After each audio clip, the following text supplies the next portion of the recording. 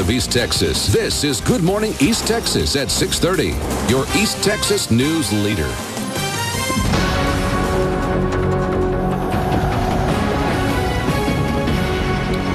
Tragic breaking news this morning. A fire engulfs a Smith County home, and when Smith County firefighters are inside the home, the roof collapses.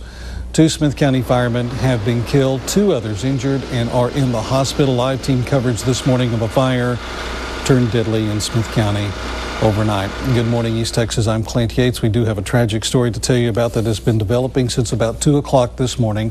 The details are still coming in at this hour, but Lindsay Wilcox has been at the scene this morning where those firefighters were killed. She joins us now live from the scene where she has the Smith County Fire Marshal Jim Seaton. Lindsay? Hey, Clint, we are out here. Some of the firemen are beginning to leave now, some of those who were responding here this morning. It took virtually all of the county's resources to get this fire under control, but Flint Gresham was the first on the scene here. Noonday responded, and what we're hearing is that when Noonday firemen couldn't get in touch with some of the Flint Gresham firemen who were inside this building, they went in after them. That's when the roof collapsed, is what we're hearing, trapping them inside. And we've learned this morning that 2 of those Noonday firemen were killed. 2 others are injured. And we're here with Jim Seaton with the latest on the investigation. They're going to be turning this over to the state fire marshal's office in the ATF. Jim, where do we go from here with the investigation? Right now, we've contacted not only the state fire marshal's office, they'll be sending the team out, but we also contacted the Bureau of Alcohol, Tobacco, and Firearms. There's nothing appears to be suspicious about the fire at this time. It's just protocol. We feel like we're too close to the firefighters and we need to back off and assist these other teams coming in. We've requested independent investigations. This is very new to you all. You were telling me earlier this is the first time y'all have lost anyone in the volunteer fire system here in Smith County. How hard is it to be working a scene like this? I mean, you knew these guys. You've worked with these guys, correct? Firefighter fatalities that I'm aware of, and I've been a firefighter in this county, a volunteer since 1976, so I know we've not had any since that time. We've had numerous injuries. I cannot tell you who the firefighters are that were injured. I cannot tell you who the firefighters are that were killed. At this time, it's the best that I do not know because we have too much going on. We may not know who they are, but volunteer firemen are a really special breed of people. They do this because they want to serve. Tell me about the community of volunteer firemen as a whole. Community of volunteer firefighters, they're very, very close-knit, not only independent, or they're independent departments, but throughout the county, throughout the state, throughout the nation. This nation was founded with volunteer fire departments, Benjamin Franklin, and so volunteers have been volunteer time for numerous years. And they get up at 2 o'clock in the morning, Christmas Eve or whatever, to go out and help their fellow citizens that are in time of need, and that's what happened this morning, and unfortunately 2 of them did not make it out. All right, Jim, thank you for joining us. Please tell everyone up there that we appreciate them and that we are thinking about them right now. All right, thank you. Jim Seaton with us here. We're in Flint Gresham. He was talking about how they do get up. These volunteer firemen get up whenever duty calls, and this morning they were just answering another call like they have so many times. And if there's any good news out here at the scene, it's that the husband who was asleep in this house and his 4 children did all get out. We have learned that the family lost 2 pets, but all of the family is going to be fine, and so that is a little bit of good news. But the wife has told me her family's heartbroken because of these 2 firemen who lost their lives trying to save her home. We will continue to follow this all morning. We'll stay with it, and if there's any updates, we'll bring them to you.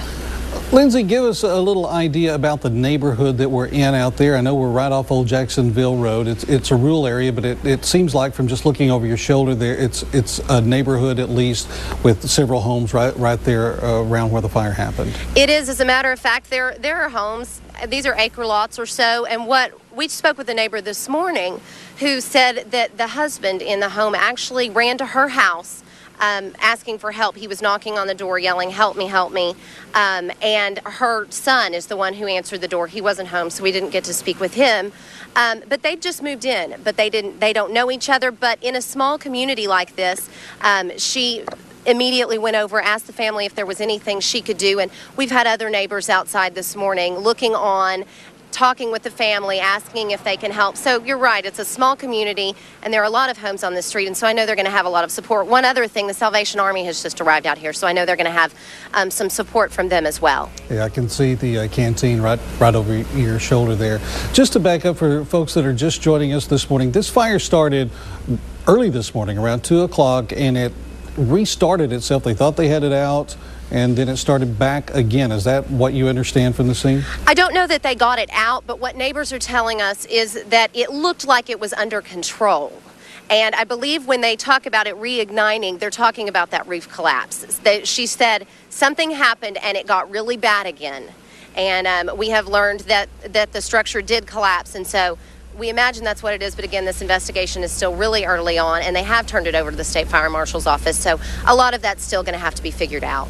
We had some pictures from earlier in the morning when they were actually fighting the fire. I know we haven't really been allowed back up to the scene since the sun has come up, but you've seen it. The house is destroyed. The roof has collapsed, as we've heard described, that perhaps may have led to these firefighters' death.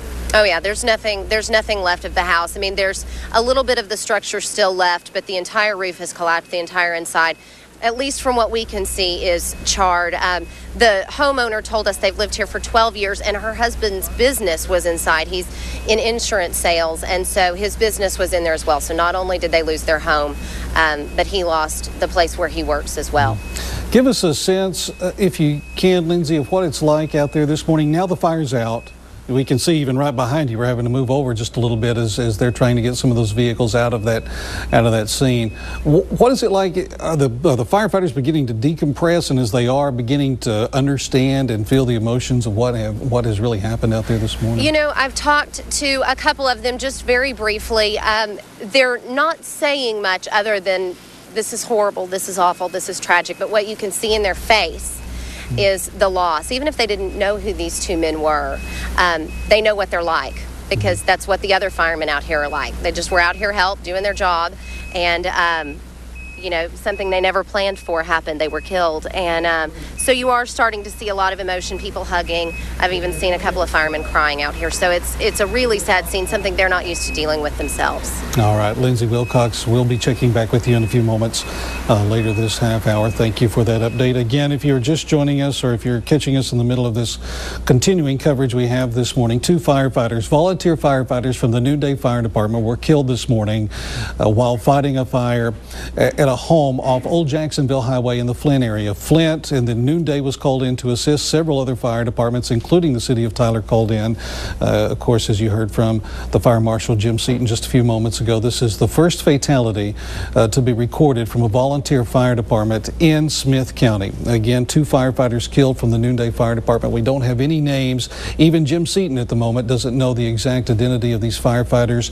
Lindsay Wilcox will continue to be on the scene. We'll update you a little later this half hour. This is a very busy stretch of roadway through the Flint area. Carrie Compton is going to join us now live by phone with a look at traffic in that area. Carrie? Yes, Clint. Yeah, of course, FM 2493, major artery for motorists heading up from Cherokee County or Flint, and authorities are recommending motorists use Highway 69 South or 155 Frankston Highway as alternate routes this morning. Definitely want to avoid anywhere near that area right now. Also have a trouble spot just coming into us in Tyler. Stalled 18-wheelers blocking traffic on Commerce at East Loop 323. I'll have an update in about 20 minutes. I'm Carrie Compton with your Good Morning East Texas traffic report. All right, thank you, Carrie, and we will continue to update that story. Right now we want to go to Grant for a first look at our weather forecast, which may be a little warm and may be a chance of showers. Today is a day we may see a couple of showers, mainly in the southern sections of the viewing area and the far western sections. Most of us should remain dry, though, as we head through the afternoon. Let's go ahead and take a look at Storm Tracker Live Doppler Network out there. You can see dry conditions this morning, and that is going to continue as we head through the day. 73 in Tyler, 73 in Longview, 72 in Nacogdoches, and 74 for us in Lufkin. So for today, 86 at noon, then we see a slight chance of a shower this afternoon with a high temperature of 93. Clint? All right, thank you, Grant. We'll have more on the weather, more on the continuing story out in Flint Gresham in just a moment. Stay with us.